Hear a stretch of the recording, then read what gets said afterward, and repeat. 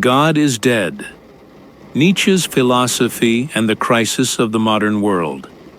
In 1882, Friedrich Nietzsche proclaimed, "God is dead, God remains dead, and we have killed him." These words became one of the most radical and provocative statements in the history of philosophy. But what did the German thinker truly mean? How are his ideas connected to morality, religion, socialism, and the future of humanity? In this in-depth analysis, we will examine the key aspects of Nietzsche's philosophy, his critique of traditional values, and how his ideas continue to influence modern society. Part 1. The Death of God and the Crisis of Meaning. 1.1. Religion as the Foundation of Western Civilization. For millennia, religion served as the foundation upon which culture, morality, and society were built. Christianity, in particular, offered humanity, consolation. Belief in an afterlife softened the fear of death. Moral compass, commandments, and church doctrines dictated what was good and evil. Cosmic order. The world was perceived as meaningful, governed by divine will. But with the advent of the Enlightenment, the rise of science and critical thinking, faith in God began to wane. Scientific discoveries, such as Darwin's theory of evolution, undermined the biblical worldview.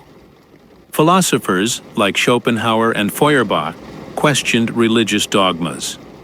1.2. What does God is dead mean? Nietzsche did not claim that God literally existed and then died.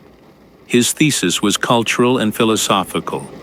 God was killed by rational thought, science, and skepticism. But society has not yet grasped the consequences of this. People continue to live as if moral laws were divinely ordained, but in reality, they are left without a foundation. 1.3. Consequences. Nihilism and the existential crisis. If God does not exist, then there is no objective morality. What then is good and evil? There is no higher meaning. Why suffer if there is no heavenly reward? There are no guarantees of justice. If the strong oppress the weak, who will stop them? Nietzsche warned, humanity stands on the brink of nihilism, a state where old values have been destroyed, but new ones have not yet been created. Part 2.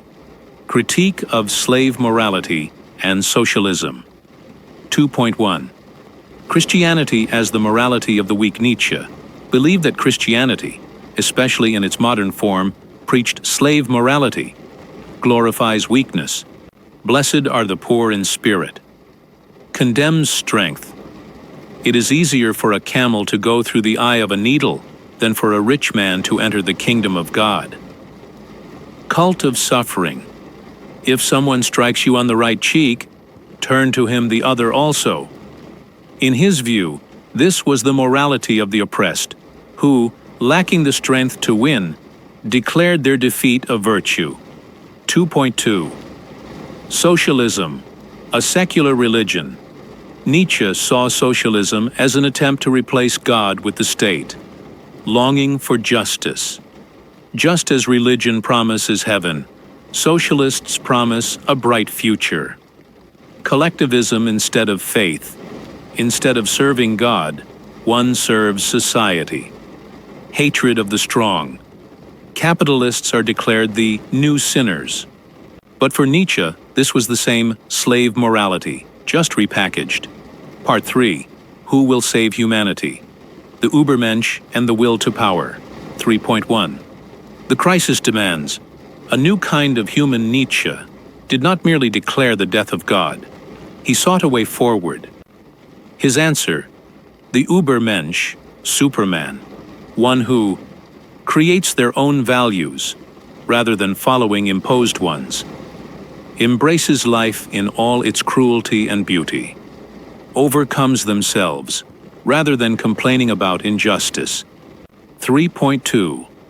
The will to power as the driving force. Nietzsche argued that the fundamental instinct of life is not survival, but the will to power, broadly understood as growth, dominance, expansion. The weak suppress this will, calling it sin. The strong embody it in creativity, science, and art. 3.3. Eternal recurrence. A test for the strong one of Nietzsche's most enigmatic teachings is eternal recurrence. What if someday or night a demon were to steal into your loneliest loneliness and say to you, "This life as you now live it, you will have to live once more and innumerable times more"? Would you not throw yourself down and gnash your teeth and curse the demon who spoke thus? For the weak, this is a nightmare. For the strong, the ultimate test. If you are willing to relive your life endlessly, then you are living rightly. Part 4. Nietzsche's Legacy and the Modern World. 4.1. Influence on 20th century philosophy.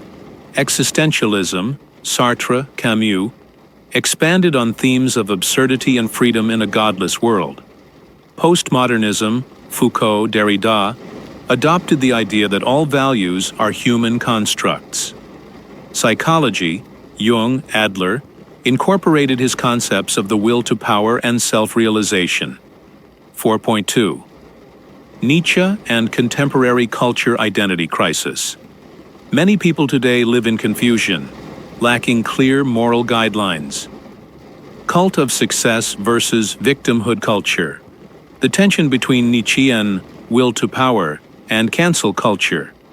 Search for new meaning. Growing interest in Stoicism, Buddhism, and secular humanism. 4.3. Dangers of misinterpretation. Nietzsche has often been accused of justifying Nazism, though he himself criticized anti-Semitism. His philosophy is not about the tyranny of the strong, but about personal self-overcoming. Conclusion. Life after God. Nietzsche did not merely announce the death of God. He showed that humanity stands at a crossroads. One path, clinging to old illusions, religion, ideologies. The other, embracing freedom and creating new values. His philosophy is not a verdict, but a challenge. A world without God may be terrifying, but it also offers unprecedented opportunities for those who dare to think for themselves. What do you think? Can we live without sacred truths? Does modern society have a chance to avoid nihilism? Who today comes closest to the ideal of the Übermensch? Scientists, entrepreneurs, artists. P.S. If you're interested in the topic, check the description for links to Nietzsche's books and lectures on his philosophy.